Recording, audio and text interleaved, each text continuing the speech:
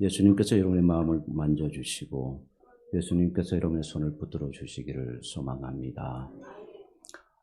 기독교 역사를 보게 되면 교회가 교회로서 그 힘을 가졌을 때가 있습니다. 여기에서 그 힘이라는 것은 세상이 말하는 파워, 그 힘을 말하는 것이 아니고 교회에서의 복음의 그 힘을 말하는 것입니다.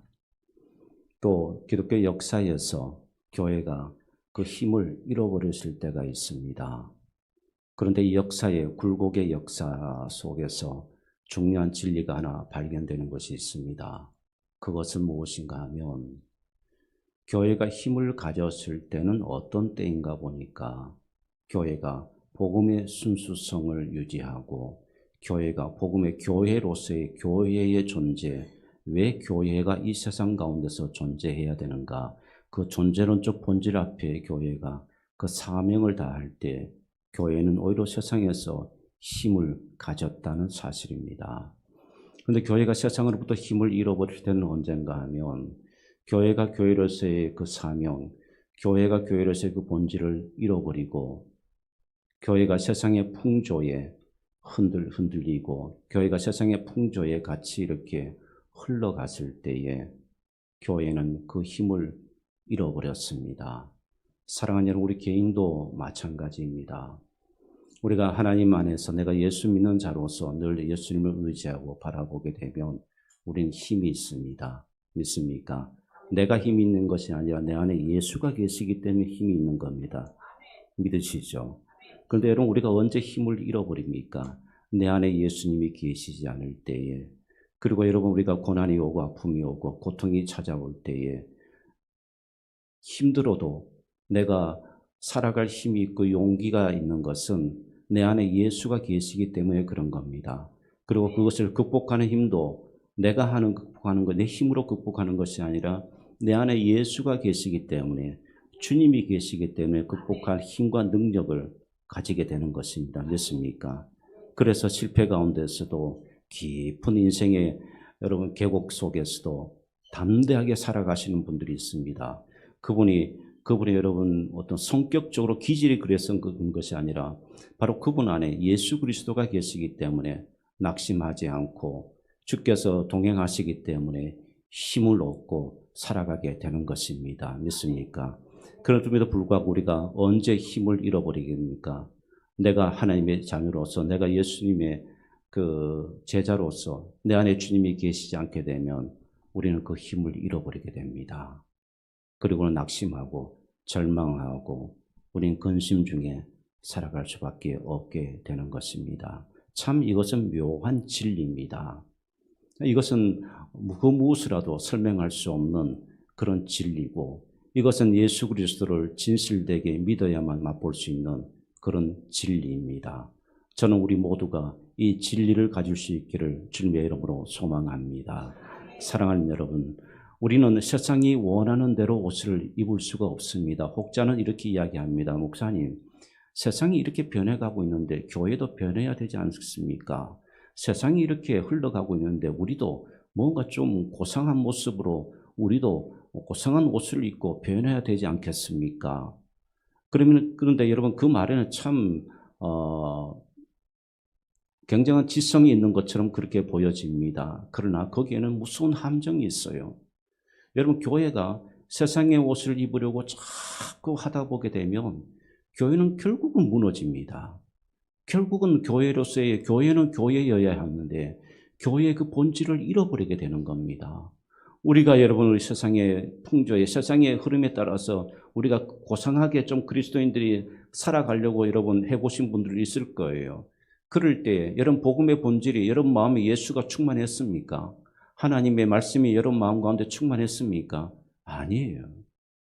그럴 때일수록 내가 세상적인 뭔가 고상함과 아름다움을 내가 유지하면서 믿음 생활 해보겠다, 그렇게 시도하신 분들 가운데 다 여러분 세상으로 그냥 흘러가 버립니다. 대마처럼.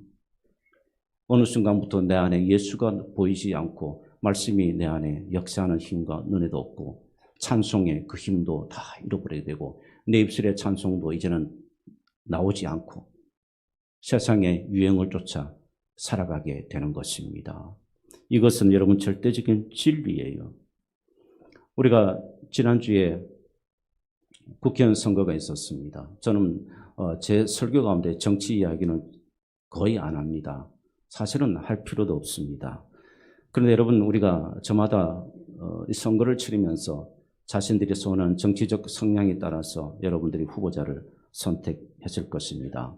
그리고 그 결과를 바라보면서 희비가 엇갈린 우리 안에도 그런 분들이 있을 것입니다. 자, 국회의원 선거를 이제 하면서 많은 분들이 335 모이면서 예수 믿는 사람들도 교회 안에서 정치 이야기를 여러분이 많이 하는 모습, 담화를 나누는 모습을 제가 많이 보았습니다. 정치에 관심을 끊으라는 것이 아닙니다. 오늘 장로님께서 기도하신 대로 또 우리 장로님들이 매일 이 강단에서 기도하시는 내용 가운데 나라와 민족을 향한 기도, 이 땅의 지도자, 리더십을 향한 사람들을 향한 기도가 늘 끊이지 않습니다. 우리는 그들을 위해서 기도해야 합니다. 바른 지도자가 설 수 있도록 그렇게 우리는 강구해야 되고 또 그렇게 우리는 늘 기도하며 힘써야 합니다.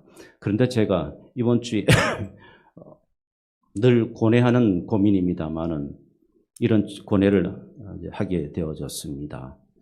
주님은 이 땅의 정치에 대해서 관심을 가졌었을까? 사복음서에 나오는 주님의 행적 가운데 주님께서 그 시대의 로마 정치와 그 시대 빌라도의 정치에 대해서 주님께서 관심을 가지셨을까? 주님은 무엇에 주님께서 관심을 가지셨을까? 이 세상의 나라인가? 주님의 관심은 하나님의 나라인가? 이 질문입니다. 여러분, 우리는 정말 고뇌해 봐야 합니다. 여러분 가운데도 정치적인 성향이 강한 분들이 계세요. 이해합니다. 우리는 이 땅에 하나님 나라가 이루어지기 위해서도 우리는 끊임없이 기도해야 합니다. 그런데 여러분, 주님의 행적과 주님의 말씀을 한번 보십시오. 결국 우리의 기준점은 무엇입니까?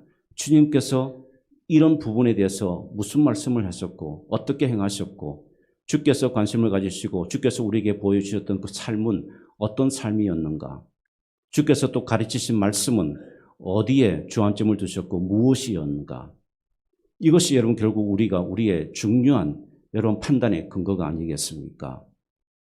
정직하게 말씀드리면 주님은 이 세상의 정치에 관심이 없으셨어요. 주님은 오직 하나님의 나라에 대해서 관심을 가지고 계셨습니다. 믿습니까? 하나님의 나라. 하나님의 나라. 오늘 이런 본문의 1절 말씀도 하나님 나라가 시작되는 말씀으로 시작합니다. 하나님 나라가 이렇게 시작된다. 그 가르치신 분도 하나님 나라 주 예수님의 가르치신 분도 하나님 나라가 시작이 돼요. 그리고 하나님 나라가 어떻게 이루어지는가? 8절 말씀부터 성령이 역사하고 성령이 함께하고 우리의 힘으로 하는 것이나 성령의 힘을 힘입어서 복음을 전할 때 하나님의 나라가 이 땅 가운데 이루어진다. 그리고 그 하나님의 나라는 결국은 언제 완성된다? 11절 말씀에 예수님께서 이 땅에 다시 오실 때에 그날에 그때가 하나님의 나라가 완성된다라고 말씀하시고 계신 것입니다. 그러니까 주님은 시작부터 하나님의 끝까지 모든 것이 다 하나님의 나라예요. 하나님의 나라. 하나님의 나라에 대해서 주님께서 고뇌하시고 하나님 나라에 대해서 가르치시고 하나님 나라에 대해서 전파하시고 하나님 나라가 이 땅 가운데 어떻게 이루어질 것인가 주께서 말씀하셨습니다. 사랑하는 여러분, 좀 여러분들에게 실망을 드릴지 모르겠습니다. 이 성경 말씀에 이 세상에 대한 블루프린트, 이 세상에 대한 청사진은 없어요. 이 세상에 대한 청사진이 있습니까? 우리가 살아가는 이 세상에 대한 청사진을 주님께서 그리고 계셨습니까? 하나님께서 그리고 계셨습니까? 아니요. 주님은 오직 하나님의 나라에 대한 그림을 그리시고 하나님의 나라는 청사진을 가지고 계시고 하나님의 나라에 대해서 우리에게 말씀해 주셨습니다. 여러분, 우리가 왜 존재하는 줄 아십니까? 분명히 아셔야 합니다. 내가 왜 이 세상에서 존재하는가? 이 세상이 왜 존재하고 이 세상은 그런데 이 세상에서 나는 왜 이 세상에서 존재하고 있는 것인가? 하나입니다. 하나님의 나라를 위해서입니다. 믿습니까? 하나님의 나라를 위해서 여러분이 존재하는 겁니다. 이 세상이 멸망하지 않는 것은 하나님의 나라를, 그 나라를 완성해 가시기 위한 하나님의 계획 속에 있기 때문에 이 세상에 있는 것이고, 이 세상에 저와 여러분이 존재하는 것은 하나님께서 하나님의 나라를 이루시기 위해서 하나님께서 저와 여러분을 이 세상 속에 존재하게 하신 것입니다. 믿습니까? 이것이 우리의 파운데이션입니다. 이 파운데이션이 흔들리면 다 흔들리는 겁니다. 신앙도 믿음도 교회도 존재 이유도 다 흔들리게 되는 겁니다. 사랑하는 여러분, 그래서 오늘 말씀도 참 어렵습니다. 왜냐하면 우리는 본능적으로 하나님의 나라보다는 이 세상에 사실 관심을 많이 가지고 있거든요. 정직하게 한번 여러분 대답을 해보십시오. 이번 주간에 하나님 나라에 대해서 관심을 가진 분 계십니까? 다 세상이잖아요. 자고 일어나고 활동하는 모든 것이 다 세상이죠. 다 세상. 주께서 말씀하신 대로 무엇을 먹을까, 입을까. 또 내가 제자들이 서로 주님이 돌아가시기 얼마 남지 않았는데도, 십자가에 달리시기 얼마 남지 않은 그 자리에서도, 만찬성장에서도 네가 크냐 내가 크냐 싸우고 있고, 여기에 이게 여러분 우리입니다. 어떻게 하면 많이 벌까? 어떻게 하면 내가 건강할까? 여러분 이제 60대가 여러분 늘 우리가 또 자녀에 대한 근심 걱정, 자녀, 건강, 물질, 성공 또 있습니까? 다 온통 이것으로 여러분 우리가 충만해 있지 않습니까? 근데 60대부터 더 가면은 두 가지입니다. 자녀하고 건강. 모든 대화가 토픽이 자녀 건강. 우리는 온통 여러분 바로 이 세상에 대한 관심을 온통 머릿속에 가득 차 있기 때문에 사실 이 말씀이 어렵습니다. 어렵습니다.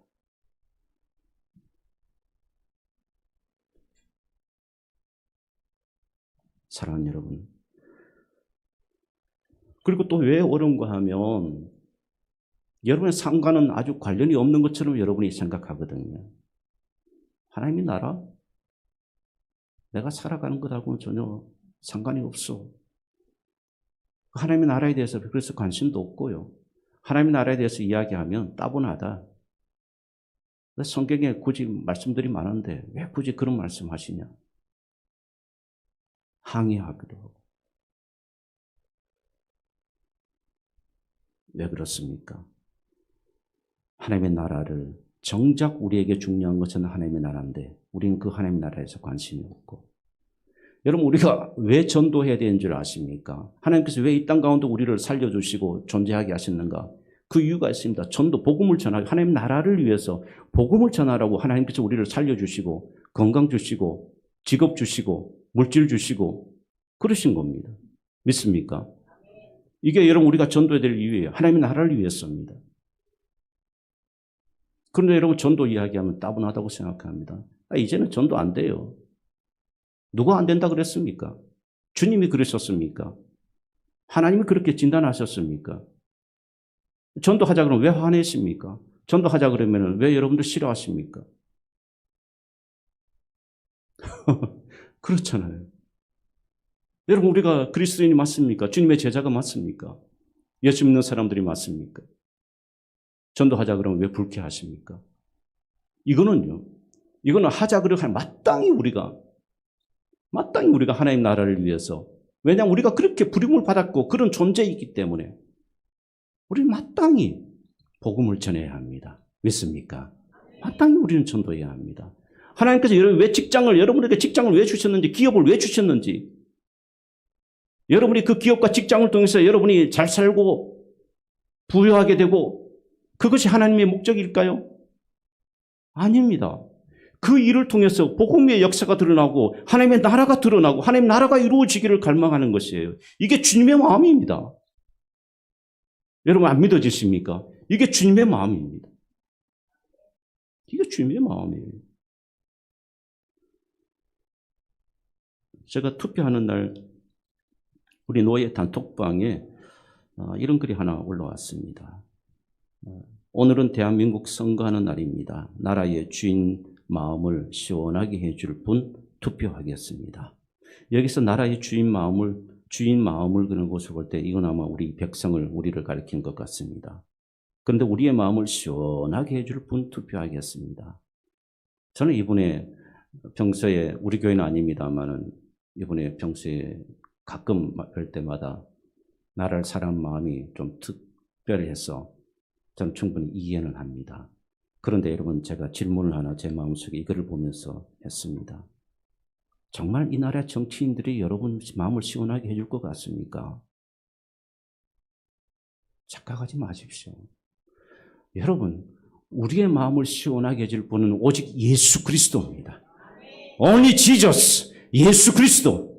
하나님의 아들 됐으며 우리의 구원자가 됐으며 나를 위해서 그 죽음의 멸망의 자리에서 인도해 주신 분, 예수님만이 내 마음을 시원하게 해줄 분이세요. 예수님만이 나의 마음의 고통을 만져주실 분이십니다. 예수님만이 나의 아픔을 치료해 주실 분이십니다. 예수님만이 나의 연약함을 만져주실 분이에요. 예수님만이 내가 밤잠 자지 못하고 하는 근심에 대한 부분을 예수님만이 아실 분입니다. 믿습니까? 예수님밖에 없어요. 내 마음을, 인생을, 내 갈증나는 이 인생의 문제를 해결해 주실 분은 오직 예수밖에 없습니다. 예수예요, 예수. 주님만이 내 삶의 근원 되시고, 주님만이 위로자가 되시고, 주님만이 치료자가 되시고, 주님만이 능력자가 되십니다. 믿습니까? 이것이 믿음이고, 이것이 여러분 우리가 이 세상에서 바라보는 우리의 마음이고, 하나님의 나라를 가진 사람들의 마음입니다. 사랑하는 여러분, 우리 모두가 이 마음을 가질 수 있기를 주님의 이름으로 축복합니다. 이 땅의 하늘의 권세와 능력과 권능을 주시는 분이 누굽니까? 예수 그리스도입니다. 이 땅을 통치하시는 분이 누구십니까? 예수 그리스도 있습니다. 주님의 권능이 있어요. 저는 요즘 이런 생각을 가끔 자주 합니다. 북한이 왜 저렇게 군사적으로 강성해질까?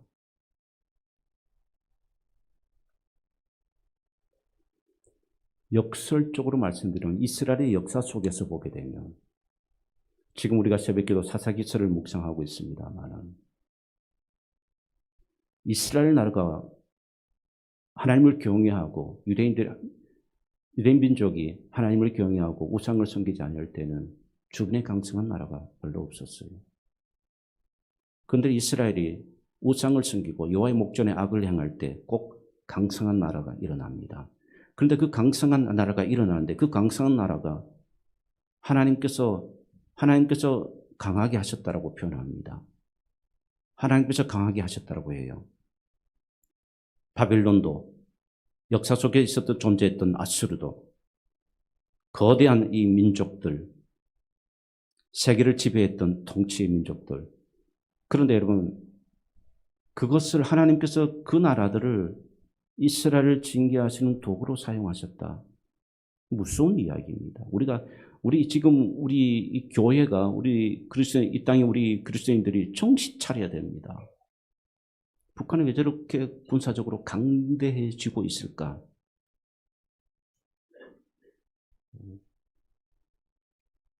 이 땅의 그리스도인들이 하나님의 나라에 대한 소망도 다 잃어버리고 그저 세상에 취해서 세상의 일을 하고 세상과 연락하고 전도하는데, 복음을 전하는데 전혀 관심 없고, 하나님께서 만약 저 땅을 들어서 우리를 징계하시려고 사용하신다고 하신다면 무서운 일들이 일어나게 될 것입니다. 사랑하는 여러분, 오직 우리는 예수의 권세, 예수의 복음의 그 은혜, 우리는 그 사랑을 가지고 우리 이 땅에 하나님 나라가 이루어지는데 우리가 쓰임 받아야 합니다. 믿습니까? 우리 교회가 건축을 향해 나아가는 것도 바로 그 소망 때문입니다. 그 은혜 때문에 하나님께서 우리에게 새로운 성전을 주시는 거지, 그 소망, 그 은혜 없으면 우리에게 새로운 건물 주실 필요가 없어요. 우리가 하나님의 나라에 대한 관심이 없고 우리가 하나님의 나라에 대한 소망이 없고 우리가 이 땅을 향한 하나님의 나라에 대한 이 지역을 품고 싶은 영혼의 갈급함과 품고 싶은 영혼의 갈증이 없는데 하나님께서 그것을 주셔본들 누구를 위한 집이겠습니까? 사랑하는 여러분, 예수의 권세와 그 이름에는 능력이 있습니다. 우리는 그 권세를 가졌습니다. 믿습니까? 그래서 담대해야 합니다. 그래서 우리는 여러분 두려워할 필요가 없어요. 세상을 두려워할 필요가 없습니다. 담대하게 우리는 담대해야 합니다. 담대하게 우리는 주의 권능을 받아서 복음을 전하는 사람들이 교회가 되어야 될 줄 믿습니다. 사도행전 4장 10절 말씀에 보십시오. 여러분 여기에 이 말씀을 보게 되면 정말 예수의 이름의 권세가 얼마나 대단한 건지 볼 수가 있어요. 함께 읽어보겠습니다. 너희와 모든 이스라엘 백성들은 알라. 너희가 십자가에 못 박고 하나님이 죽은 자 가운데서 살리신 나사렛 예수 그리스도의 이름으로 이 사람이 건강하게 되어 너희 앞에 섰느니라.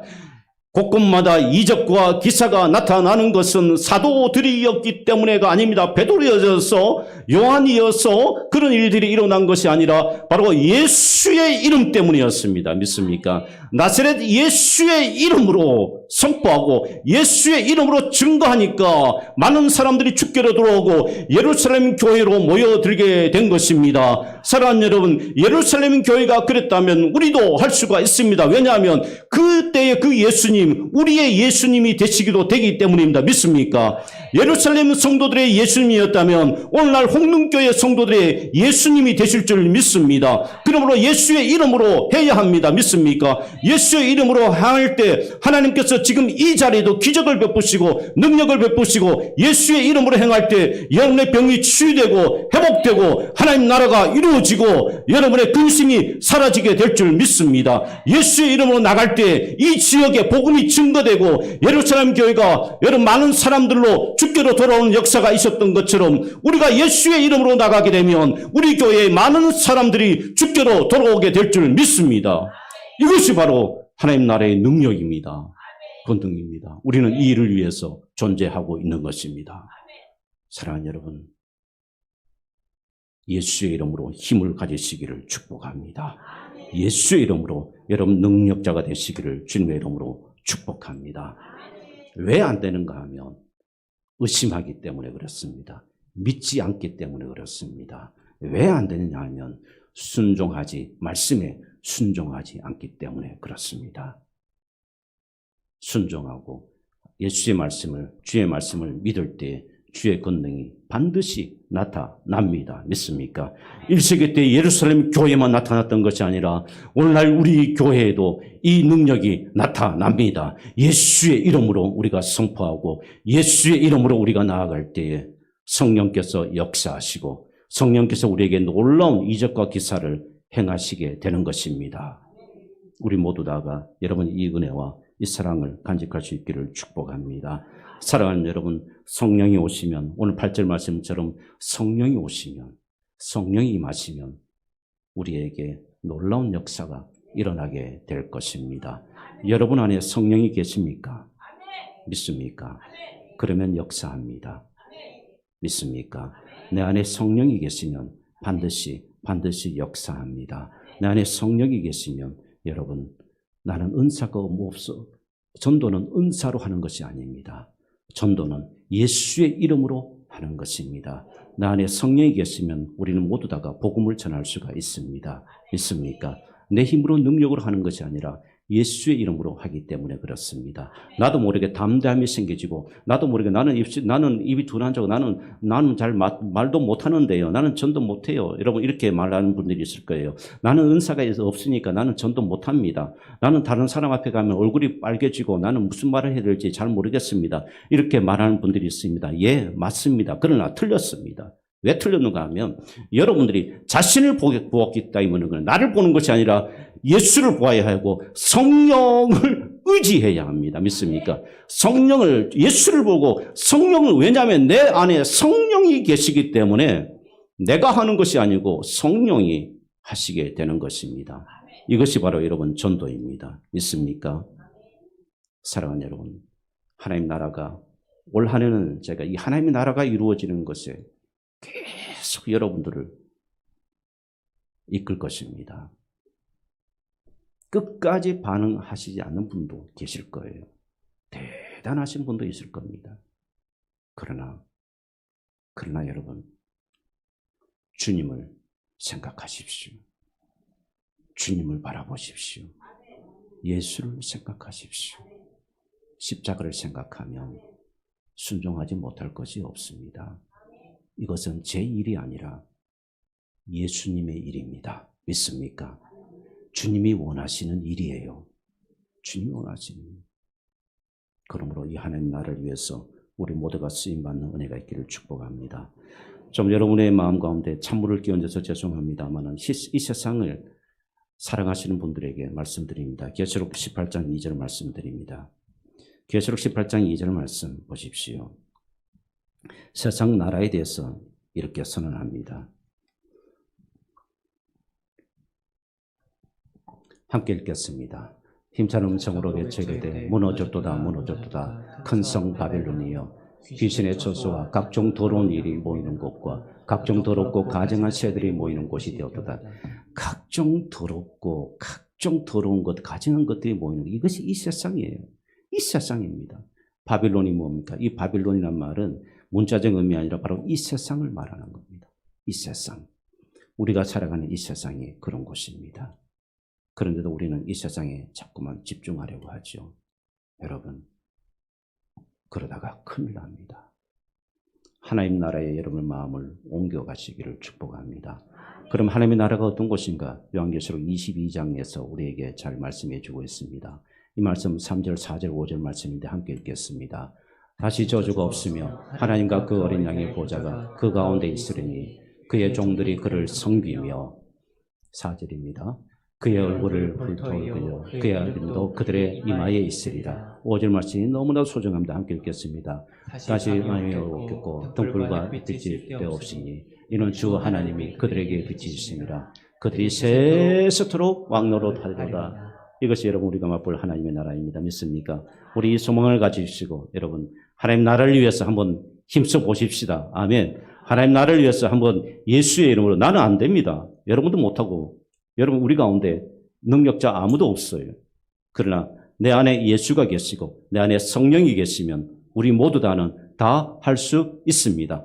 호흡이 있는 분들은 다 할 수가 있습니다. 젊은 남녀노소 상관없이 호흡이 있고 예수가 있고 성령이 계시면 다 하실 수가 있습니다. 믿습니까? 놀라운 일들이 이적과 기사가 여러분 예수의 이름으로 여러분 기도할 때에 여러분의 아픔이 떠나가고 병이 고침받고 여러분 초대교회 예루살렘 교회에 일어났던 일들, 예루살렘 교회에 역사했던 여러분 베드로가 복음을 전할 때에 나타났던 그 역사, 우리는 그 문자적으로 자꾸 3,000명을 이야기합니다만 거기에 매이면 안 됩니다. 우리도 예수의 이름으로 복음을 전할 때 한 영혼을 주께로 돌아오게 되는 역사가 일어나게 되는 것입니다. 놀라운 일들이 일어나게 될 줄 믿습니다. 이 은혜가 하나님의 나라의 그 능력과 하나님의 나라의 권세가 저와 여러분을 붙들고 우리 안에 기적과 이사로 나타나게 되기를 주님의 이름으로 축복합니다.